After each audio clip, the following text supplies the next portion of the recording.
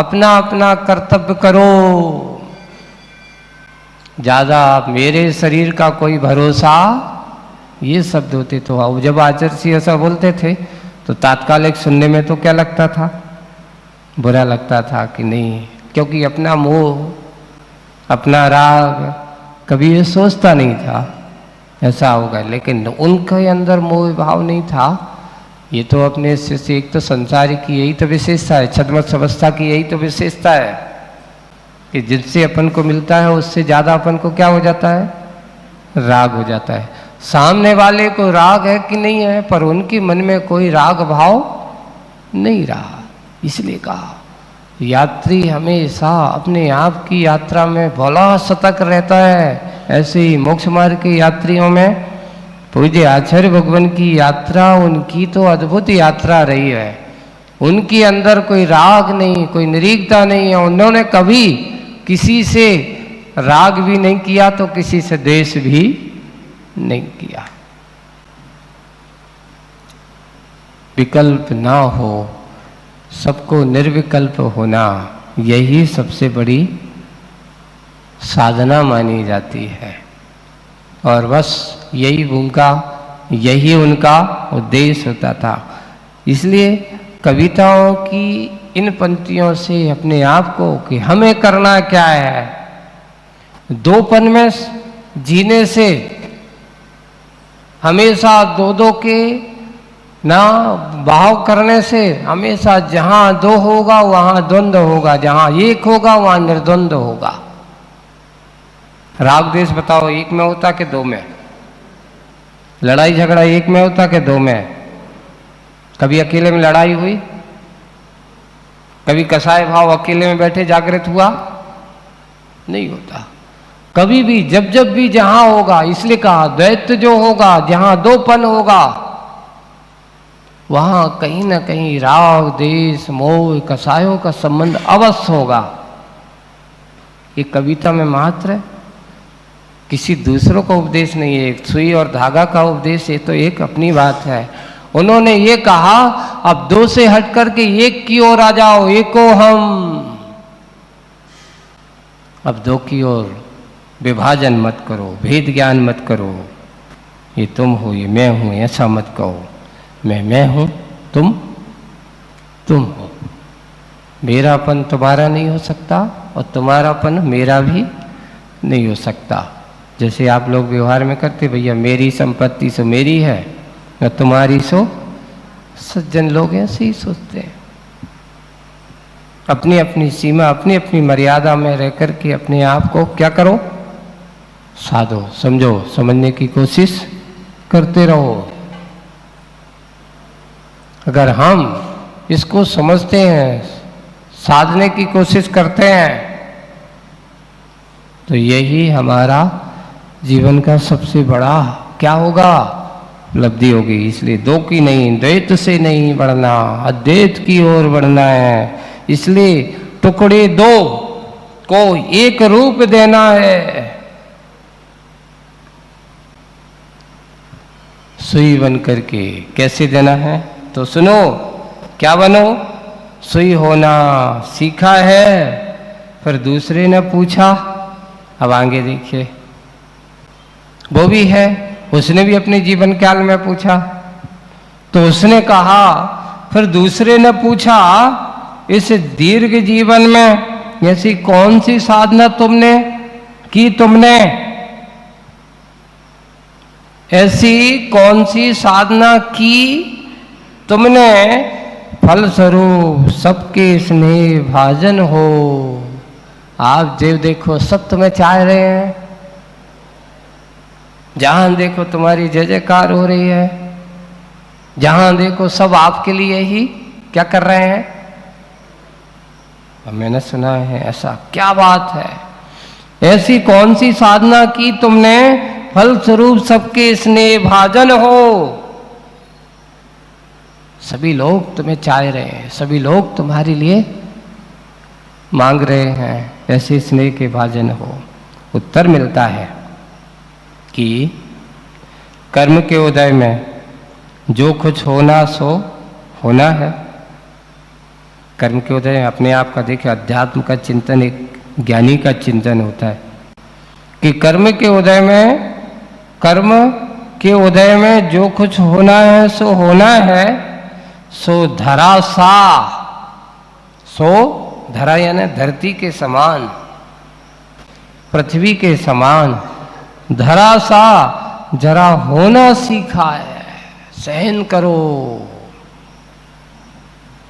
थोड़ी सी विपरीतता में अपने आप को सहन करो। धरा सा जरा होना सीखा है, दूसरों के सम्मुख अपनी वेदना पर भला रोना ना सीखा है। अपनी वेदनाओं को दूसरों के सामने मैंने आज तक नहीं कहा, क्योंकि मेरे कर्म का उदय है भाई, मेरे कर्म का उदय, मेरा दुख है, और मेरे दुख को देख करके मैं दूसरों को सुनाऊंगा तो वो भी क्या हो जाएगा, सुनते समय कम से कम उसको भी दुख होगा। मैंने तो क्या कहा है, धरा के समान धैर्यशाली, सहन शक्ति हो। जैसे मिट्टी को चाहे तुम खोदो, चाहे पीटो, चाहे तुम उसको अच्छे सींचो, चाहे उसको तुम अच्छे से बुहारो, लेकिन अच्छा करो तो भी हंसती नहीं है, बुरा कहो तो वो रोती नहीं है। तो उन्होंने कहा जैसे धरा जैसा धीर बनाओ। कर्म के उदय में जो कुछ होना है सो होना है, सो धरा सा जरा होना सीखा है, दूसरों के सम्मुख अपनी वेदना पर भला रोना ना सीखा है। हाँ, दूसरा अपनी व्यथा कथा सुनाता हो, रोता हो, यह मन भी व्यथित हो रोता है, और तत्काल उसके आंसू जरा धोना सीखा है।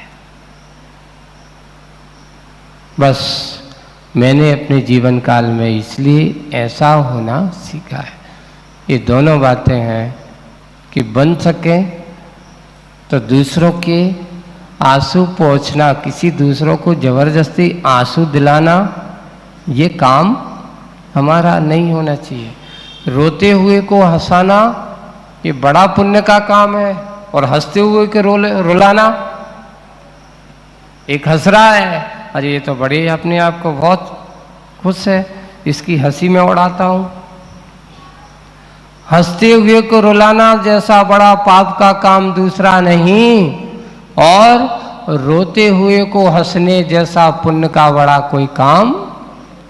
हंसते हंसते रोना सीखो। एक पहले ऐसी गीत आता था, और रोने रोने रोते रोते हंसना सीखो। अध्यात्म की बात है कि एक ज्ञानी किसी दूसरे को दुखी होकर के उसके आंखों में आंसू आ जाते हैं। अब आप कहोगे महाराज इसमें भी उसको पाप का बंध होता होगा।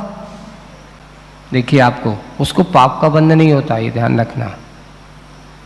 किसी के कष्ट को देख करके तुम्हें कष्ट का अनुभव हो तो कौन सा धर्म, अपाय विषय धर्म ध्यान है। कौन सा धर्म ध्यान है? अपने यहाँ धर्म ध्यान के कितने वेद हैं?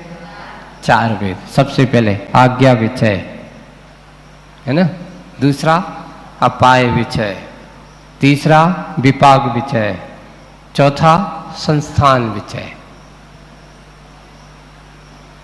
हाँ, तो इसको अपन चिंतन का विषय बनाए। यहाँ वो सोचेगा महाराज किसी दूसरे को दुखी देख करके हम अपने आप को दुखी कर लेते हैं, आंखों में आंसू आ जाते, तो हमें भी क्या होगा? पाप का बंध होगा? नहीं, तुम्हें पाप का बंध नहीं हो। हाँ, कोई शांत बैठा है और तुम उसको रुलाओगे तो जरूर पाप का बंद होगा। अब वो आया है, दुखी भावना को लेकर के आया, और उसने अपनी वेदना को अगर कहाँ सहन करके तुम देख करके वो कह नहीं रहा है, पर आंखों में आंसू हैं, और आपने उससे पूछा उसकी व्यथा कथा, भाई क्या हो गया? वो बताने नहीं आया था, लेकिन आपने उससे पूछा और उसने अपनी व्यथा कथा सुनाई, और सुनकर के तुम्हारे मन में भी उसके ये भाव, हे भगवान इसका कष्ट दूर हो। कौन सा धर्म ध्यान हो गया? अपाय विचय नाम का धर्म ध्यान। किसी के कष्ट को देख करके उसको दूर करने के भाव होना, ऐसे मन में विचार करना कि हे भगवान इसका कष्ट दूर हो। लेकिन ये मन में भाव करना कि हे भगवान जैसे इसको कष्ट आए वैसे मेरे लिए कष्ट ना हो, ये कौन सा धर्म ध्यान नहीं है। ये क्या हो गया? तुम्हारा आर्त ध्यान माना जाएगा। क्यों? क्योंकि तुम अपने बारे में सोचने लगे। दूसरों के कष्ट को दूर करने के भाव जब हमारे मन में आते हैं, धर्म ध्यान होता है। और हमारा दुख हमारे हे भगवान कब दूर होगा, कब ये कष्ट दूर होंगे, कब मुझे इन कष्टों से मुक्ति मिलेगी। तो बंधु ध्यान रखना, ये आपका कौन सा अनिष्ट संयोगज नाम का आर्त ध्यान है। आर्त ध्यान के भी 4 वेद हैं। कौन कौन से? अनिष्ट इष्ट वियोग, अनिष्ट संयोग, पीड़ा चिंतन और निदान बंध, ये अर्थ ध्यान है। और तुम जब अपने आप को ये सोचो कब होगा कब होगा कब होगा, ऐसा कौन सा ध्यान हो रहा है? धर्म ध्यान कभी नहीं होगा। अपने कष्ट को दूर करने के भाव के बारे में सोचोगे, अर्थ ध्यान होगा। और दूसरों के कष्ट को दूर करने के भाव के बारे में सोचोगे तो क्या होगा? धर्म ध्यान। सोचिए, विचार करिए, विशालता है। क्यों? अपने में अपन सोचते हैं तो संकीर्णता है, और दूसरों के बारे में सोचते हैं तो एक विशालता का भाव दिखाई देता है। इसलिए हमेशा एक ही कामना करना चाहिए, सुखी रहे सब जीव जगत के, कोई कभी ना घबरावे, बैर पाप अभिमान छोड़ जग नित्य नए मंगल गावे। सबकी मंगल की कामना करो, सबके मन में मंगल का परिणाम होवे। किसी के मन में मलिनता के भाव ना हो, किसी के अंदर राग द्वेष के भाव ना हो, किसी के मन में कसाई के भाव ना हो। ऐसी मंगल कामना करना, नित्य नए मंगल गाना चाहता है तो दूसरों के मंगल की कामना करेगा, उसके जीवन तो नियम से मंगलमय होगा।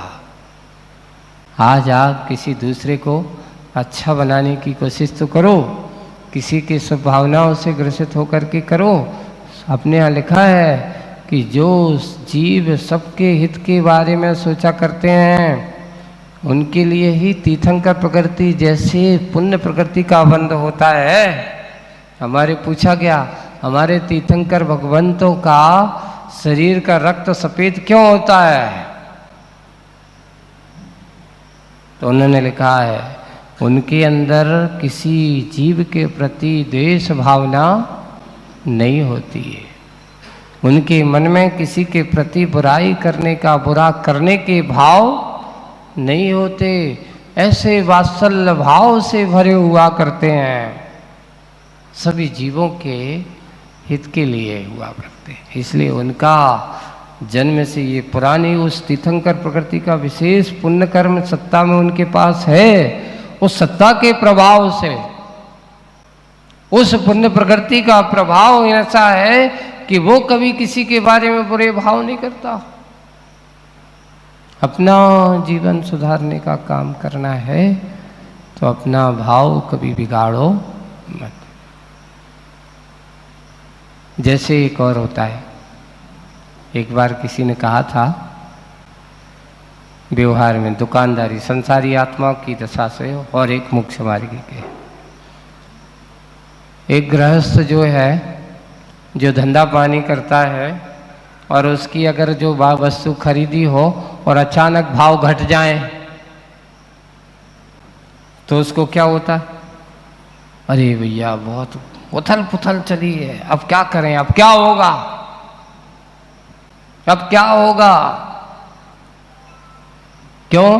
क्योंकि मंदी बहुत आ गई है, भाव बहुत घट गए हैं। अब वस्तु देना है तो भैया देना तो पड़ेगी, क्योंकि दुकान खुली है, अब सामने वाला लेने आया है तो मना तो कर नहीं सकते। वो आएगा और तुमसे कहेगा क्यों भाई ये चीज़ है, तो आप क्या को मना करोगे? नहीं है। तो वो कहेगा सामने रखी हुई है तो मना क्यों कर रहे हो? इसलिए मना कर रहा हूँ क्योंकि अभी भाव घट गए हैं, जब भाव बढ़ जाएंगे जब देंगे। तो वो कहेगा दुकान क्यों खोले बैठे हो, दुकान बंद करके घर बैठो। अगर नहीं तुम्हें दुकान अगर खोली है तो ये मत सोचो कि भाव घट गए हैं, कुछ भी होगा। लेकिन जिस समय भाव बढ़ते हैं उस समय दुकान 4 घंटा और ज़्यादा ही खोलते हैं। 10 नहीं 11 भी बज जाए तो भी चलेगा। क्यों? पैसा है, यही है। तो उन्होंने कहा जैसे दुकानदार के भाव घटते तो उसके अंदर संकलेश परिणाम क्या होने लगते हैं, वैसे ही मोक्ष मार्ग में भी यह है कि अगर यहाँ पर विशुद्धि घटती है और संकलेश परिणाम बढ़ता है तो भी परिणाम कैसे होने लगते हैं? उथल पुथल होने लगते हैं। जैसे वहाँ पैसे के भाव घटते हैं तो संसारी आत्माओं के भाव कैसे होने लगते हैं? उथल पुथल होने लगते हैं। वैसे ही कहा मोक्ष मार्ग का साधक, मोक्ष मार्ग पर चलने वाले के अंदर भी अगर संकलेश और विशुद्धि घटती है, वो संकलेश में वो विशुद्धि भाव घटते हैं, संकलेश भाव बढ़ते हैं, तो उसके परिणाम भी कैसे होने लगते हैं?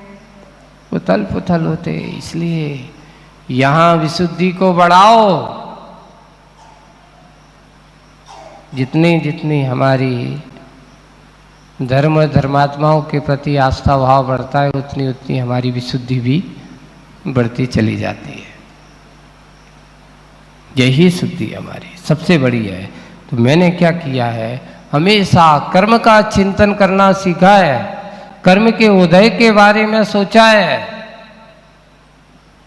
और जो कर्म के उदय में सोचता है उसके अंदर कभी बड़े से बड़े संकट आ जाएं, बड़े से बड़ी विपरीतता आ जाए, वे कभी भी उस समय अपने आप को क्या नहीं करते, अपने आप को डिगाते नहीं हैं, अपने आप को और स्थिर बनाते हैं। यहाँ अपन एक छोटा सा उदाहरण लेते हैं। पार्श्वनाथ का जीव है और एक कमठ का जीव है ना। अगर पर्याय की दृष्टि से देखें तो एक पर्याय में दोनों जीव सगे भाई, एक माँ के दोनों पुत्र हैं। पर्याय की दृष्टि से, जीव की दृष्टि से कोई एक नहीं है, सब अलग अलग है, स्वतंत्र हैं।